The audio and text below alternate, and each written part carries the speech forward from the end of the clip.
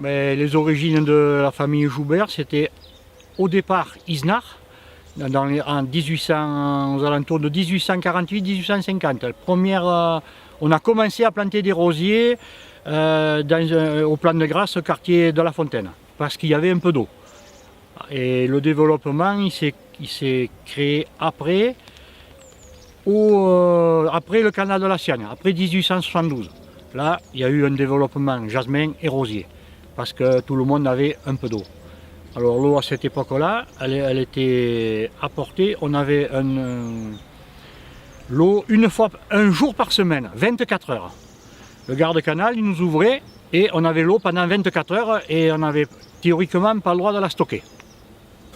Après, on a eu de l'eau en continu à la jauge et là, on avait tous des petits réservoirs. Et les Isnards, après Joubert, on est originaire de l'Isère et des colporteurs de l'Isère. Et on s'est développé, mais alors vraiment énormément, jusqu'à la guerre de 14. Après, il y a eu la guerre. De retour de la guerre, bien entendu, la plante à parfum, c'était très délicat. Chez nous, on n'avait pratiquement plus rien. Tout avait dépéri. Et on a redémarré après la guerre. La Première Guerre mondiale. Hein. Et là, ça s'est développé de manière exponentielle, depuis Cannes jusqu'à Monteroux et Fayence. Et ça a commencé à régresser après la Seconde Guerre mondiale. Tout était planté chez nous en rosier et jasmin, parce que c'était l'origine. On arrachait les oliviers, on mettait des jasmins, ça rapportait le plus. On arrachait les jasmins, on mettait des rosiers. Et ensuite, après les rosiers, on mettait des vignes. Ça, c'était pour l'autoconsommation. Et on retournait avec ces trois cultures et un petit peu de jardinage familial. On ne faisait pas de vente de légumes.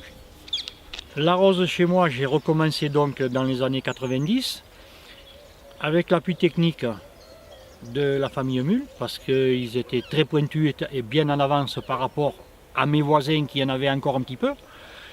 Et on a commencé à travailler, à chercher à travers les fumures, à travers le mode de taille, à travers tout un ensemble pour essayer d'augmenter le rendement d'abord en poids de rose. À quelque chose de près, on a doublé par rapport à ce que faisaient mes parents. Hein. J'ai bénéficié aussi d'un beau-frère antibois qui travaillait les rosiers. À Antibes, c'est pas bien pareil, mais ça se rapproche beaucoup sur les fumures. Et chez nous, maintenant, on se sert de l'analyse de sol, bien sûr, mais maintenant, là, ça va être dans quelques jours, des analyses foliaires, pour savoir s'il manque quelques bricoles pour avoir des grosses fleurs.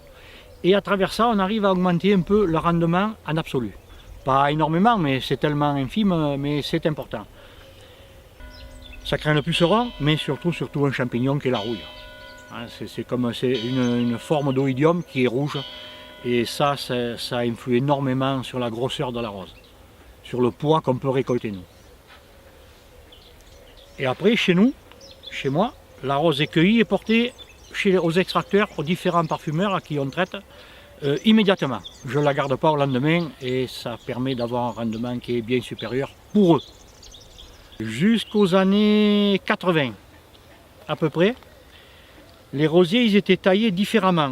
On les taillait avec des tiges très longues et on les couchait entortillés, parce qu'en couchant la tige, ça monte en fleurs. Il y a beaucoup de plantes qui font ça. Alors, la différence, j'ai essayé.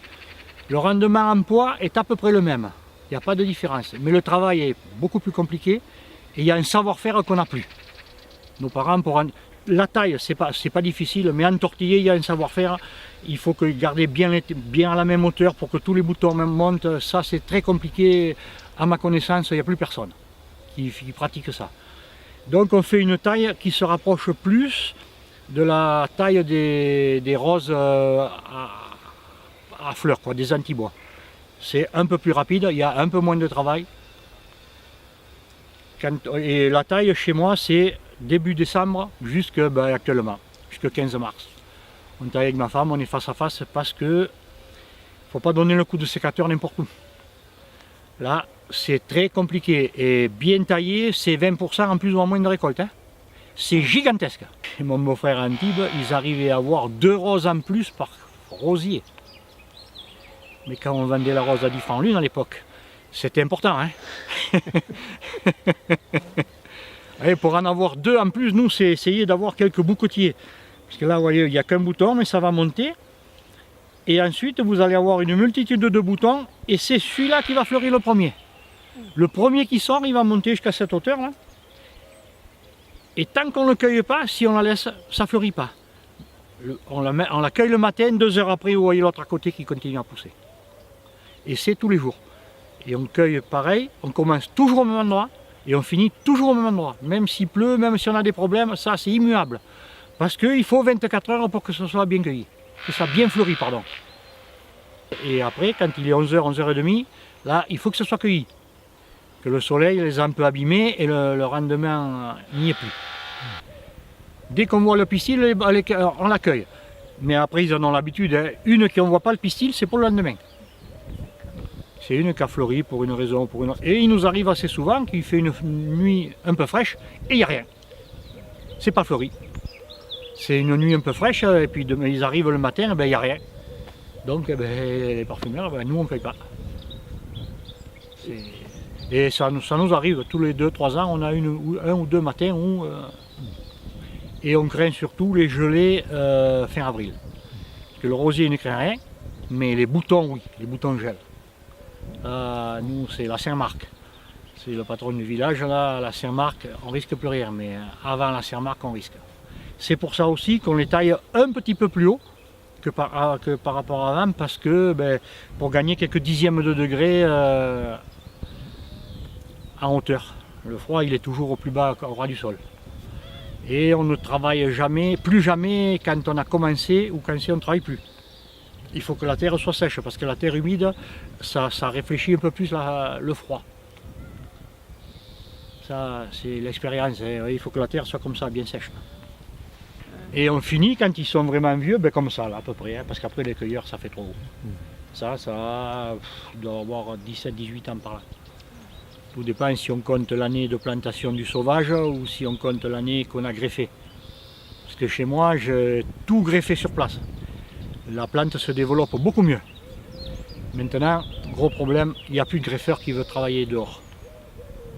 Donc on est obligé d'acheter les plants qui sont déjà greffés et il n'y a qu'un producteur à Calian. Le rosier, il est adulte à 5 ans. Là, on est en pleine production. 5 ans, ça dure 10 ans, 15 ans.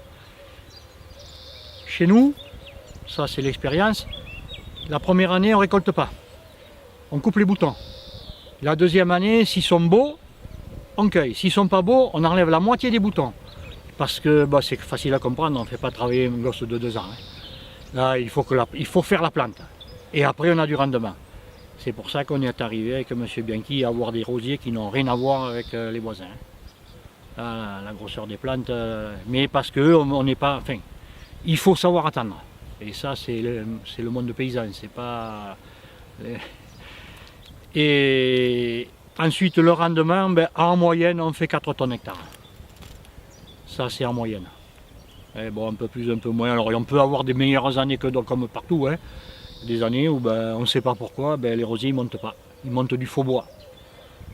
Mais ça vient un peu de la taille aussi. Mais il y a des années, on ne sait pas pourquoi. On ne peut pas l'expliquer.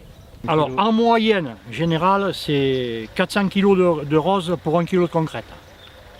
Et 600 grammes d'absolu par kilo de concrète. L'absolu ne se conserve pas. Ils font de l'absolu qu'à partir du moment où ils remplissent les flacons, qu'ils font les mélanges. La concrète se conserve un an ou deux. Elle dépérit un peu, mais enfin, ça se conserve.